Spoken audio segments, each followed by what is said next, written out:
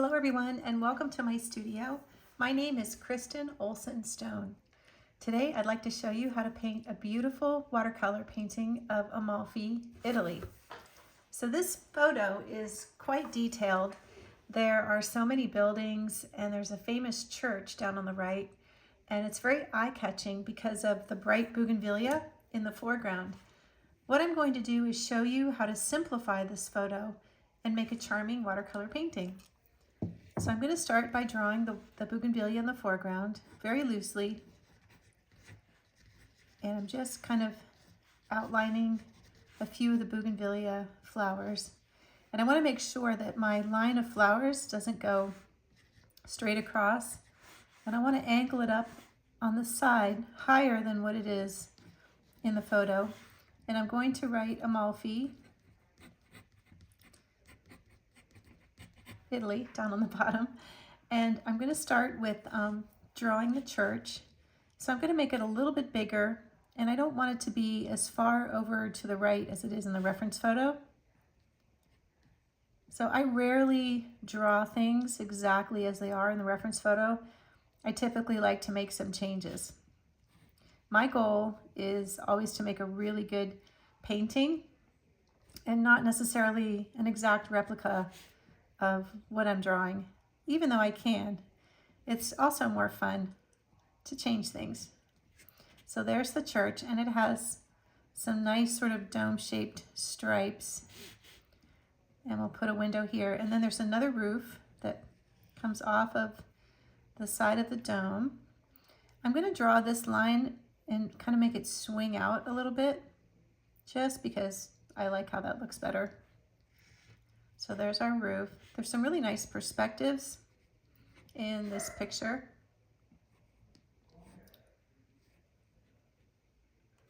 So there is the side of the building. Okay, so then behind the building, we've got this really, really steep hillside, kind of jagged, and it overlaps the one behind it. So I'm going to make this go all the way to the top, almost to the top of my picture here, my picture space. And now I'm going to draw the hill behind it that it overlaps. And I want to make sure that the little bump at the end of the hill does not line up directly with the steeple. So I'm going to make it go over here. There it is. And we'll put a little extra foot at the bottom of that hillside and a straight line. And then the horizon, the ocean horizon, is actually about here. So it's above this line. And the sky doesn't have any clouds in it, so I'm going to paint it with bands of color. So on this hillside, there's quite a few more buildings. So let's just choose a few. We don't want to do them all. We just want to choose a few. So we'll put in a couple of windows. There's a roof. And we want to put them in at different angles. So here's another building. A couple more windows. One on the side. And we'll put one up here, because in our small sketch, we can't put in every single building. So we just have to pick and choose a few. But the idea is to take elements of this picture and design them and arrange the colors in a way that creates a really pretty little painting. That's my dog shaking in the background. Okay, so here's another building.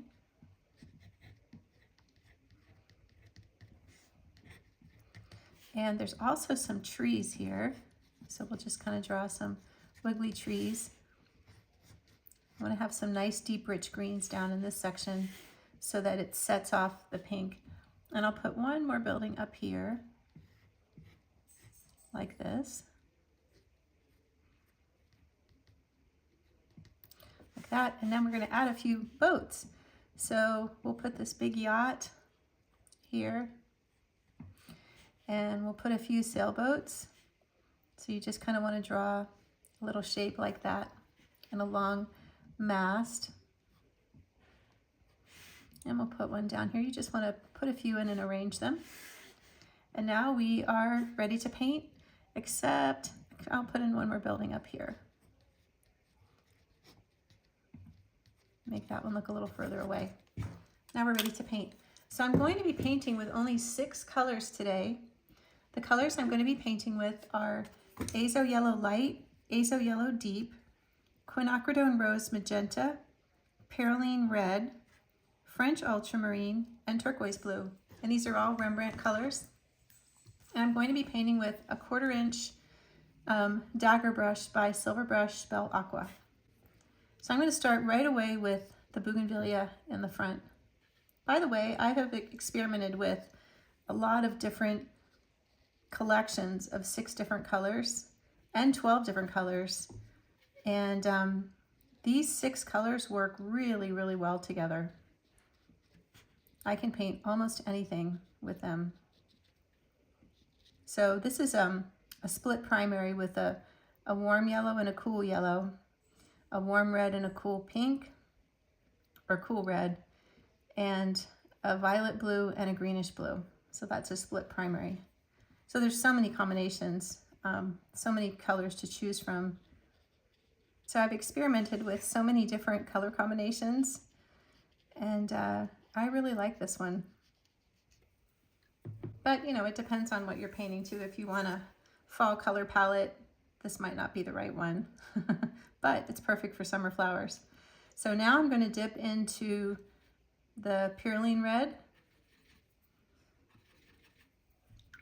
and that's a very strong color, so I'm just going to put some of that underneath and into some of the pink colors. So I just get a little color variation in the pinks. And then I want to have some shadowing down in the foreground, so I'm going to mix French Ultramarine with the Quinacridone Magenta. And I'll put just a couple kind of deep shadowy violets in the foreground. So now I'm going to jump to the hill in the background. Since I have this violet color, I'm going to add a little more blue to it. And I'm going to paint that hillside. So this is the one that's behind the one in the foreground. And I'm going to drop a little bit of these individual colors into that bit of paint here while it's still wet. And that's just so I can get some variety in the color mixtures. Now I'm going to mix a little bit of my Perylene Red, and I'm going to go along the bottom.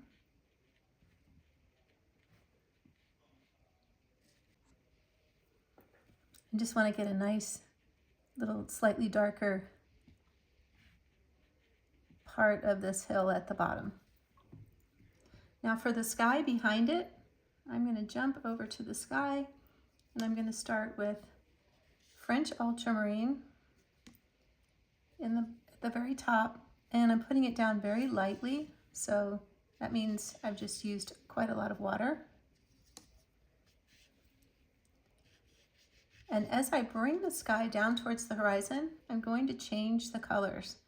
So now I'm going to put some of this Azo Yellow Light. But notice I'm not letting the Azo Yellow Light touch the sky, the blue sky, because I don't want to have green. But I want to have these bands of colors.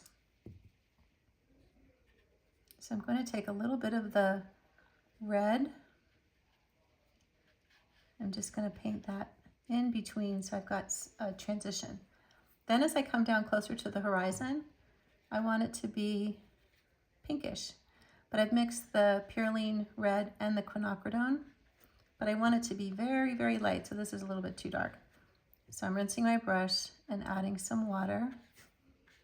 So I just want to have this pretty transition between the red and the yellow. And I'm going to add some of this deeper yellow as well.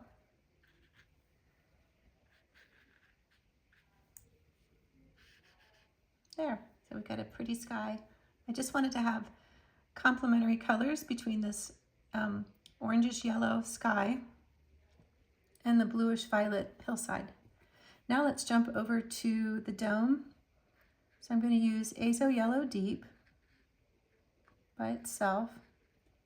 And then on the sides of the building, I'm going to put this beautiful Azo Yellow Light. And then for the side of this building, I'm going to put Azo Yellow Deep. And the back side of it is in shadow. So after I put the yellow down, I'm going to go over it with this blue-violet mixture. And the roof is orange, so I'm going to mix the red and the yellow, the red and the deep yellow, and make a nice orange roof. I want it to be a little more red. So now I'm going to do the buildings on the side of the hill. I'm going to use Azo Yellow Light for this one and this one. And as we go up the hill a little bit further, I'll make it more of an orangish color. And then of course I want them to have pretty red roofs. So I'm using Purline Red with a little bit of Azo Yellow Deep mixed in. So this is already really colorful and beautiful, and I haven't even started to add the greens yet. So I'm going to jump over now to the ocean. So this is Turquoise. Looks black on my palette, but it's really a really gorgeous color. Now if you don't have turquoise, you could use phthalo blue. You could even use phthalo green if you mix a little blue with it. Phthalo green by itself would be too green, but if you mix some blue with it, like another blue like Cobalt blue or something like that, that would be a really nice color. So I want this ocean to be a nice turquoise blue-green because the blue on my hillside is a violet blue.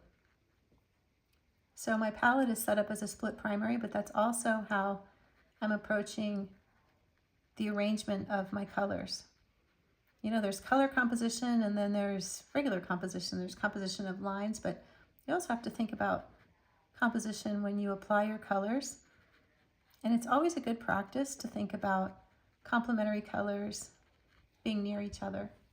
And whenever you have two blues or two of any color on a painting, you want to make sure that they're going in opposite directions on the color wheel. So this turquoise is going towards green on the color wheel, and the other blue, this violet blue, is going towards pink on the color wheel. So now I'm going to put a little bit of Azo Yellow Light into the water so that it's not the same color blue from top to bottom. And it's also pretty to see the watercolors mixing around together on the paper. And then I'm going to put a little bit of this deeper blue, French ultramarine, right back here at the horizon. And I only put it on the horizon on the right side because it's too close to the color of this, this part of the hill. Okay, so now we'll jump over to the greens. So I've mixed Azo Yellow Light and Turquoise to make this pretty green. So there's a beautiful bunch of green trees down in this bottom section of the park near the church, and the greenery extends up the hillside and alongside the buildings. And you're probably thinking, wow, that is a really really bright green, and it is. But just like I've done in other parts of my painting, I'm going to drop some other colors into it just to give it some variety. So I'm going to pick up some more of this yellow and also some more of this deeper yellow, the Azo Yellow Deep, and continue working my way up the hillside. And I see I forgot to do that little building right there, but I will. Okay, so now I'm going to take some of this deeper yellow and a little bit of the red, and I'm going to put it alongside the houses. So where the trees are really close to the side of the house, I'm putting some of the shadow color and some of the red. And that'll just make it look a little darker and not quite as bright. So remember, whenever you want to make any color a little bit grayer or duller, or however you want to describe it, you just mix a little bit of its complement, and voila, you will have a grayer green. So I'm going to put some more of that color at the top, right up here.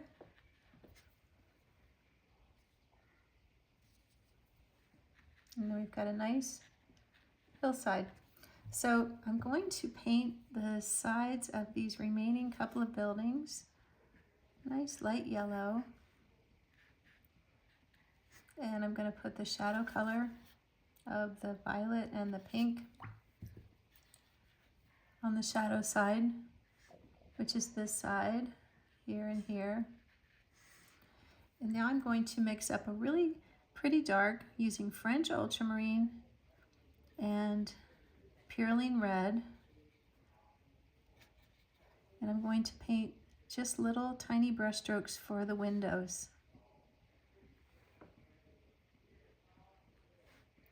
Just very small little details. It's amazing how you can just put a dot of color and it reads as a detail. So I'm also putting a stripe of that color on the underside of the roof. It's another detail.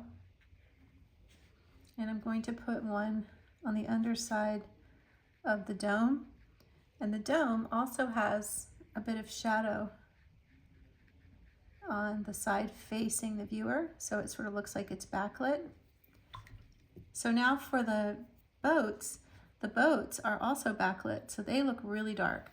So I'm just going to mix French ultramarine and the magenta color, and I'm just going to put a nice dark mark wherever I've drawn any of the boats, just like that. And there we've got boats that look like they're backlit. And I forgot to put the shadow color here and also on the back side of the dome. And then the last thing I'm going to do is add some more green to the foreground, but like a bright, pretty green with turquoise and azo yellow light. So I just have some pretty green colors that are bright yellowy greens in the foreground. And I'm going to connect some of the Bougainvillea shapes together. I feel like I have a little too much white in there. So I'm going to add I just want a little more color in the sky. It got a little too faded, I think. Just want a little more yellow. Oh, that's so pretty. And I think a little more turquoise, make it a little darker towards the horizon. That looks great. So thanks so much for watching. I hope you enjoyed this painting video and that you try one of these Amalfi Coast paintings yourself. And if you haven't already done so, please subscribe to my channel, like this video, and leave me a comment or a question. I check my dashboard every day and I love to hear from you, and I love the questions. So thanks so much. Happy painting, everyone. Bye.